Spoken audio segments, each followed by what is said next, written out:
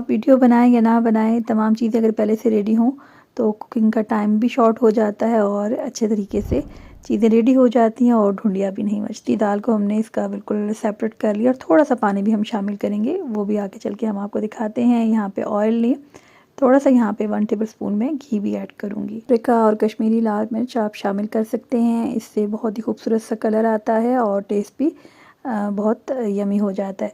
तो ये है जी वो टिप। लाइट चली गई थी और हमने मतलब इतना ज़्यादा मैंने टमाटर को बॉयल भी नहीं किया कि वो सॉफ्ट हो जाएं और थोड़े सख्त थे, हार्ड थे। तो मैंने कहा चलिए ब्लेंडर से हो जाएगा, लेकिन फिर ये जो है हमें नुस्खा मिला और हमने ऐसे इसको मैशर से मैश किया।